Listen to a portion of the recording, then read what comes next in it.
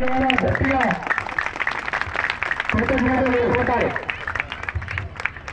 మరి ఇప్పుడు ఇవన్నీ ఇప్పుడు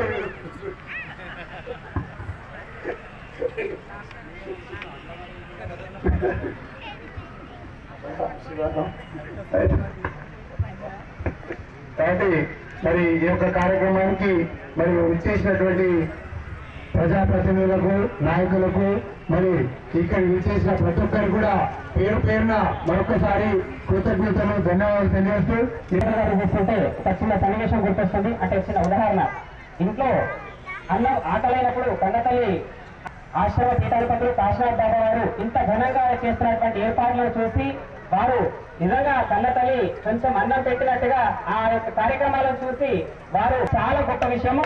కాబట్టి మీరందరూ ఘనంగా మరొకసారి తప్పుకొని వారికి చేస్తూ ఇలాంటి సేవా కార్యక్రమం